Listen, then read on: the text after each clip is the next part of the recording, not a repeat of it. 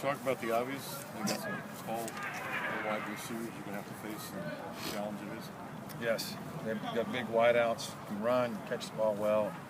They've had a successful season. It's going to be quite a challenge for us because even when you got them covered and they're that big, sometimes they can go up, jump over you, and catch them. So it's one thing just to cover them, but now you got to make a play on a guy that's big and can really jump up and catch it.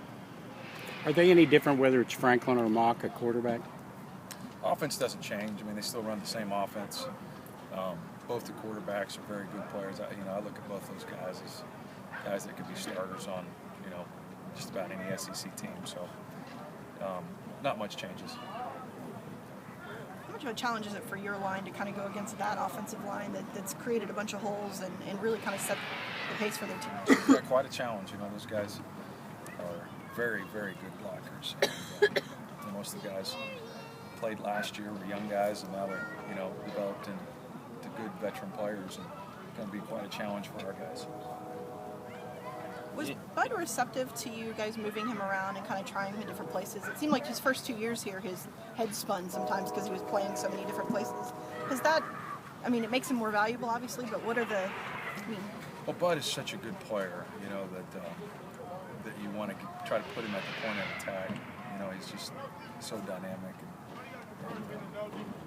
And we got him a base at end was our plan, so that he would learn end. So he got that base underneath him. Then, as our package grows, then we try to use him more.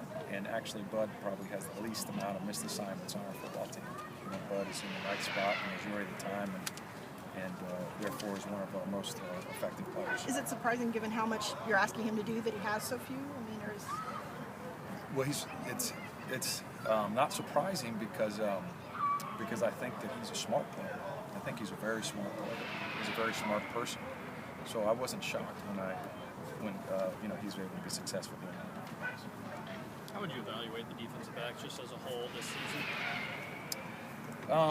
We've done some good things, but none of us at any position on defense have played outstanding. We've got a lot to get better at, and we've got a great challenge this week against a good team to prove the improvements that we're doing.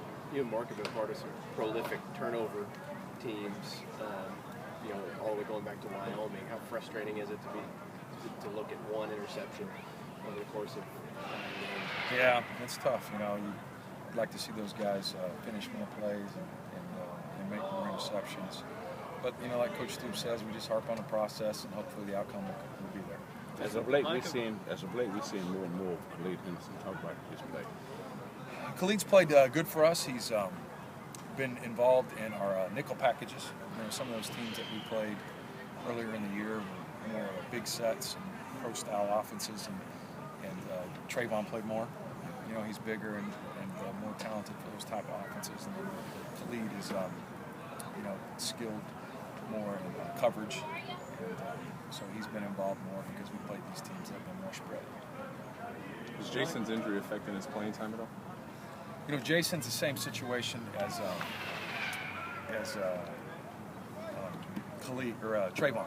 Jason was in our big packages. You know what I mean? He and Bud were both on the field at the same time when we were playing those pro-style offenses. And now that we've seen more spread offenses, he and Bud rotate in together. So, his reps have limited because he's rotating with Bud. Is there anything magical or drills, anything you can do to create more INTs? I wish there was, We do everything that we've always ever done, so I think that being in the right place is critical, having them covered. But not only that, it's finishing the play.